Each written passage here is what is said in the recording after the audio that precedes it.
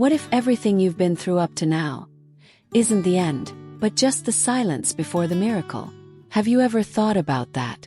Have you ever considered that this exhaustion that feels like it's crushing you might just be the pause before God really starts moving? Ethan never had. He only felt.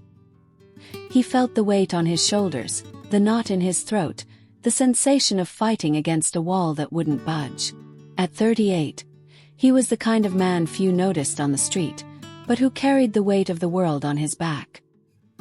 He had a quiet smile, tired eyes, and hands that shook when no one was watching. He didn't talk much about himself. He just said he was fine, all things considered. But anyone who's ever lived with a desert inside knows that line is usually a lie. His marriage was falling apart right before his eyes. Rachel, his wife, no longer looked at him the same way. Conversations were short, words sharp. They lived in the same house but slept in different worlds. Their 7-year-old son Liam had started showing symptoms again. Mysterious fevers, recurring pain, inconclusive tests. The doctors asked for more time. Ethan no longer knew how much time he had left to give. Bills were piling up on the kitchen table. The phone kept ringing with collectors, and the faith he once proclaimed with conviction was now just a timid whisper inside him. He still tried to pray. Sometimes he'd kneel on the floor of Liam's room and say a few words. Not because he didn't want to say more, but because it felt like everything he said just hit the ceiling and came back empty. Where was God when everything was falling apart? Where were the promises?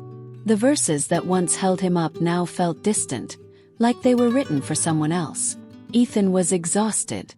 And this kind of exhaustion isn't just physical. It's soul-deep, eating away like rust on old metal. That night, he left the house without saying a word, grabbed his car keys and drove with no destination. The city slept, and the silence felt louder than ever. He parked somewhere random, a closed-down supermarket, lights off, emptiness echoing off the glass. He just sat there, hands on the wheel, eyes staring at nothing. He thought about not going back, not because he wanted to run away, but because maybe he didn't matter anymore. Maybe he was the problem. Maybe his wife and son would be better off without him. He stayed like that for minutes. Or hours. He didn't know anymore. Just felt his heart pounding in his chest and his breath growing short, like the air had thickened. But there, in the silence of that empty parking lot, he heard something that would change everything. The silence still filled the car like a thick fog, when by accident, Ethan's elbow hit the radio button. A static noise cut through the air, followed by a deep, steady voice that seemed to cut through time. He didn't recognize the voice or know the station, but the words, spoken with a mix of authority and kindness, went straight through his pain. "You didn't come this far to give up now." Ethan froze. His hands gripped the wheel, and for a moment he held his breath, like something had touched the deepest part of him. That sentence wasn't just a message on the radio. It was a memory, a wound, longing. His mind was pulled back in time, like someone had opened a window to the past. He saw himself at 20, sitting on a concrete bench in front of the college building, holding a torn envelope. It was a withdrawal letter. He was ready to quit. The pressure, the loneliness, the bills, the feeling of not belonging. It had all crushed him.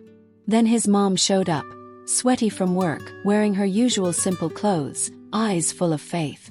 She didn't say much, just held his trembling hand and repeated firmly, "You didn't come this far to give up now, Ethan." He didn't give up. His mom was like that. Few words, but faith the size of the sky. She raised Ethan alone after his dad died in a work accident. She was the one who taught him to pray, even with a hungry stomach. Who sang hymns while washing clothes in the backyard. Who said God uses the unlikely. And most of all, who repeated during the hardest times, "We keep going because God keeps going. Always." Ethan squeezed his eyes shut, trying to hold back what was already overflowing inside. But it didn't work. Tears came. Not the quiet kind. They came like a dam finally breaking. He cried like someone who finally has permission to feel. He cried for the dad he lost too soon, for the mom who was no longer there, for the cracked marriage, for the sick son, and for himself. For forgetting who he was. For letting despair drown out the promise. The radio was silent again, but the phrase echoed inside him like a divine reminder. You didn't come this far to give up now. It was like his mother's voice was still there, crossing time, grief, and exhaustion. A living memory, reigniting a forgotten truth. So he went back home. He didn't have answers, or renewed strength, but he had a small flame rekindled. When he walked in, the house was quiet, but something felt different. On the table, next to the overdue electric bill, was a note. Rachel's handwriting. Short, direct, but enough to make his heart race. The paper trembled in his hands. Rachel's handwriting was familiar, but it looked more fragile than ever. The note simply said, I don't know how to reach you anymore, but I'm still here. Pierced straight through him. Direct. Ethan leaned a hand against the kitchen wall, as if looking for something that wouldn't collapse. He took a deep breath, felt his eyes sting again, and quietly slid to the floor, back against the cold tiles, knees bent, hands covering his face. The house was silent, just the sound of his breathing trying to match his heart.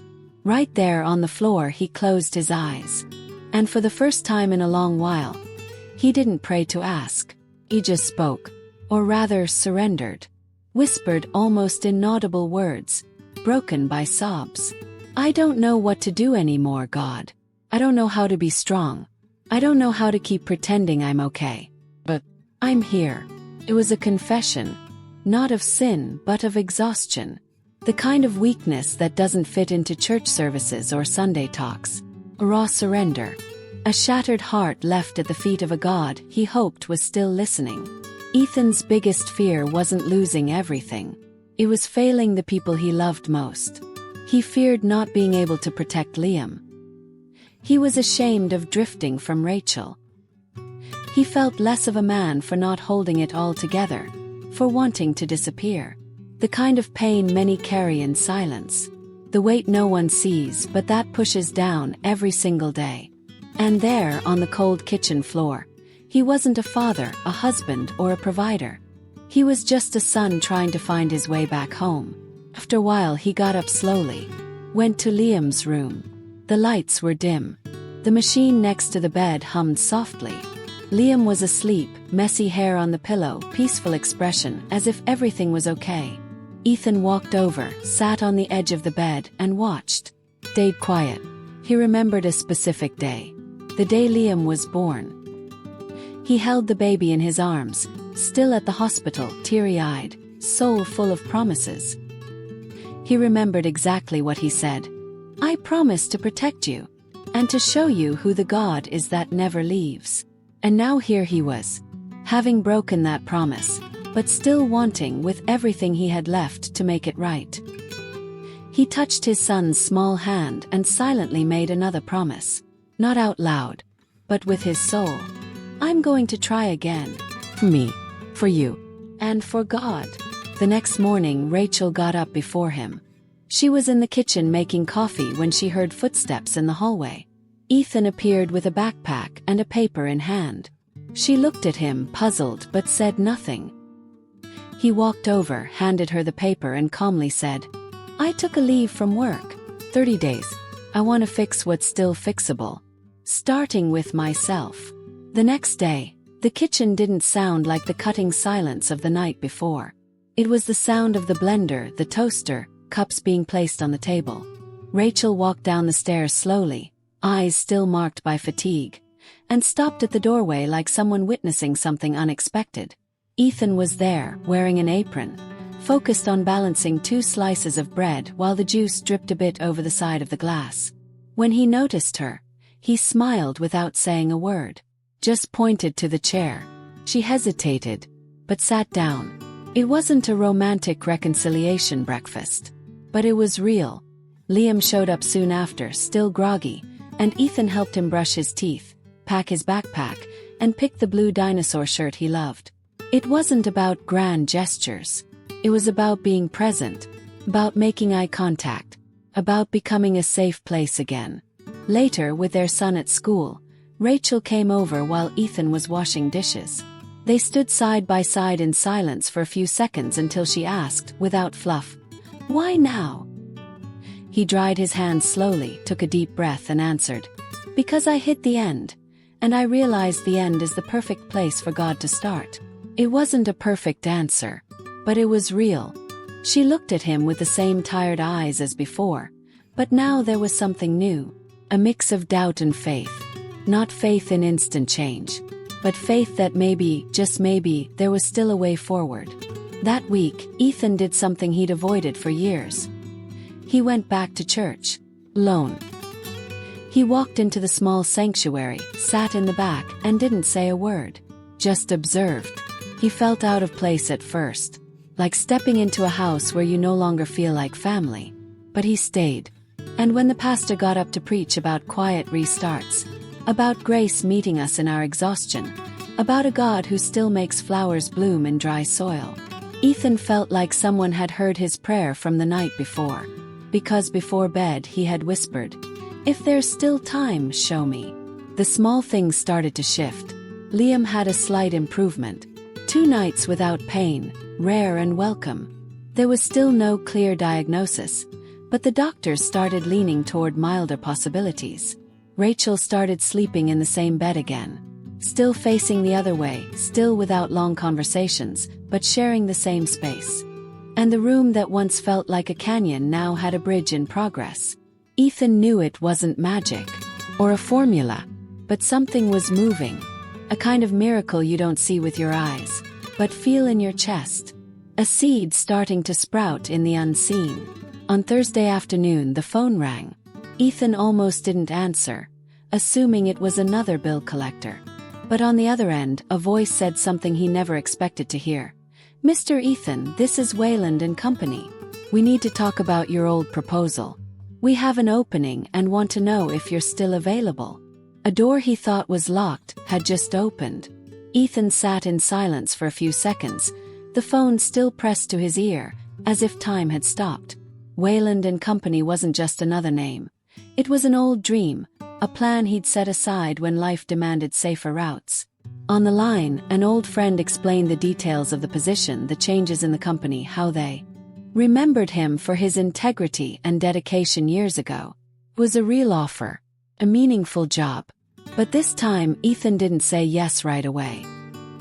He thanked them, said he needed to think, and hung up, heart racing. In the past, he would have accepted on the spot, out of fear, urgency, survival. But now, something inside him called for pause, for direction. He went to the bedroom, took the Bible off the shelf, and sat down at the table calmly. Not to look for a magical answer, but to talk.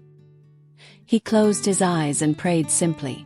"If this is it, give me peace. And show me if this is the path. Or just another detour." The silence that followed wasn't the same silence as before. It didn't hurt. It brought calm. That night, the house felt different. Dinner was simple. Pasta, buttered bread, and orange juice. But something had shifted. Liam laughed at one of his dad's jokes. Rachel touched Ethan's hand as she passed a plate. The laughter was light. The words flowed more naturally. It wasn't a magical reconciliation. It was a field being replanted. No empty promises. No rush. Just presence. And sometimes, presence is all a soul needs to bloom again. While doing the dishes, Ethan heard a phrase inside him. Not audible but as clear as a voice. "You didn't come this far to give up. You came this far to be remade."